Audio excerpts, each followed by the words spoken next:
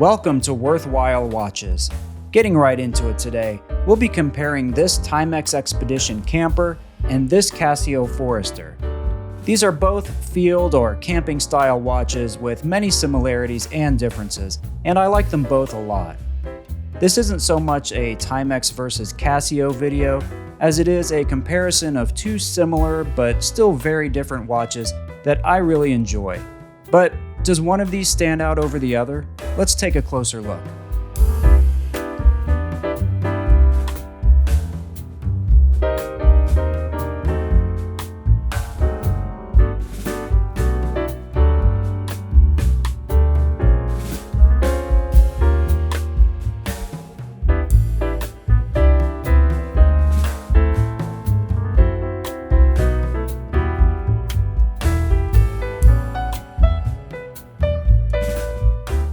Starting with the Casio Forester, this watch has one pretty big immediate advantage over the Timex, and that's the price.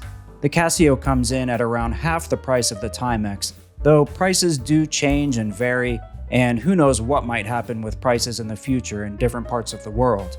But at the time of filming this, the Casio can be had pretty easily where I currently am for under $25 US.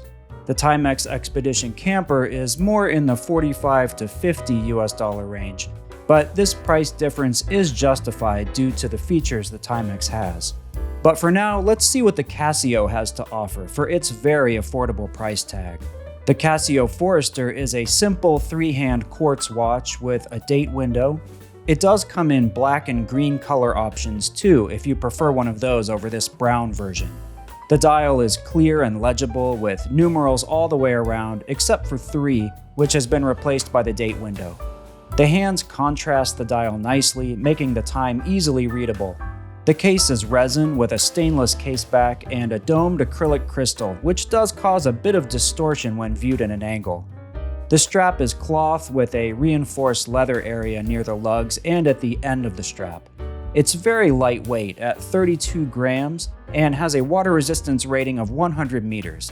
These are pretty good specs for a Casio in this price range, so how does it wear?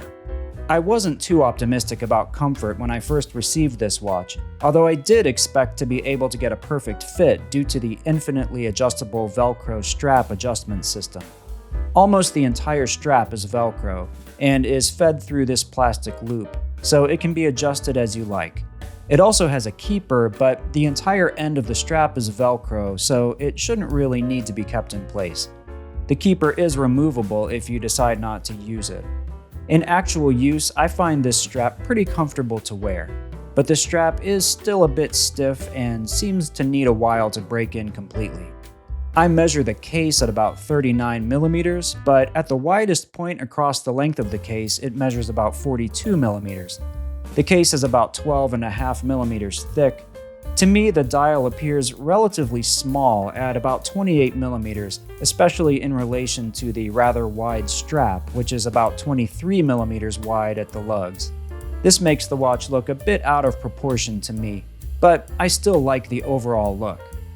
Timekeeping has been accurate, and this watch has been completely reliable in my use. On to the Timex. For roughly twice the price, we do get a lot more features in this Timex. First of all, it's an analog digital or ANA-Digi watch. The analog display is very clear with large numerals and easily visible hands. The curved LCD screen at the bottom of the dial not only displays the time, but offers an alarm function, a countdown timer, stopwatch, and a second time zone display, along with an hourly chime and a day, date, and day of the week display. So this Timex offers a lot of features and versatility. I'm not going to go into detail about each of the functions in the video, but there is a user manual available on the Timex website if you're interested. I'll leave a link to it in the description. In addition to the digital features, this watch also has a bi-directional rotating bezel to allow for quick timing.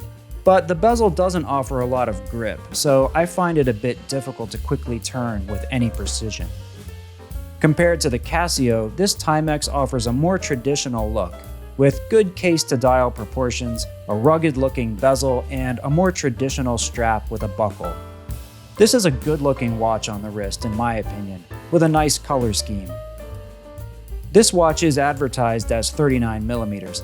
I do measure the bezel at 39mm, with the case being about 40mm, not including the crown. The case is made of resin, and the crystal on this Expedition is flat acrylic. The case height is about 12mm, resulting in really nice wearable dimensions.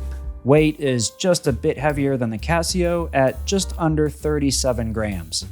The fabric strap appears to be pretty rugged and well made, but much like the Casio, it's a bit stiff initially, needing some time to break in.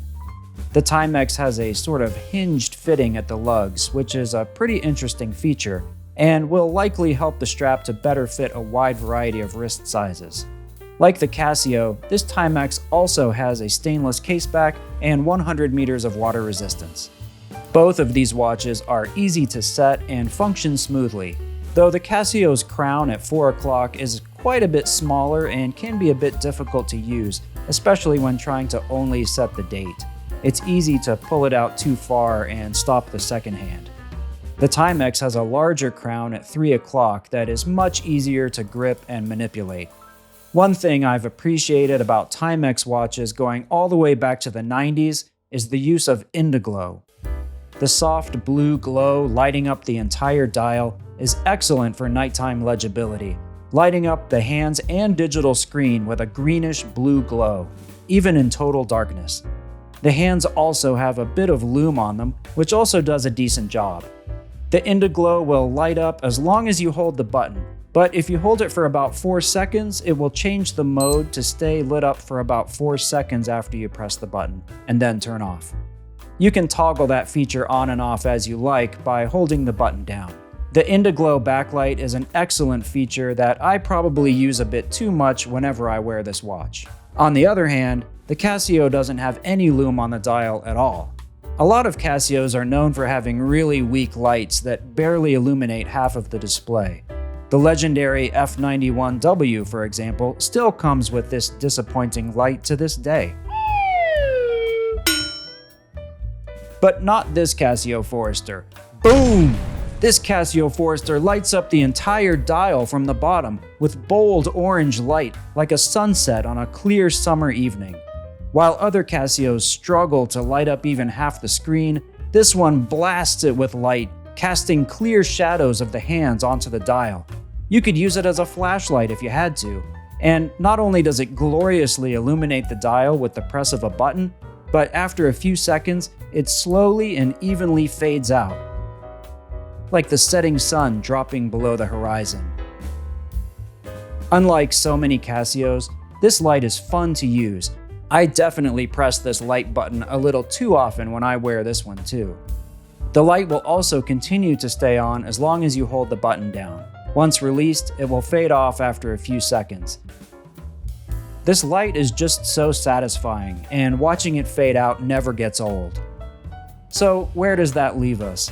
As I mentioned, this isn't really a direct comparison. These are very different watches at different prices with different features, and I enjoy them both.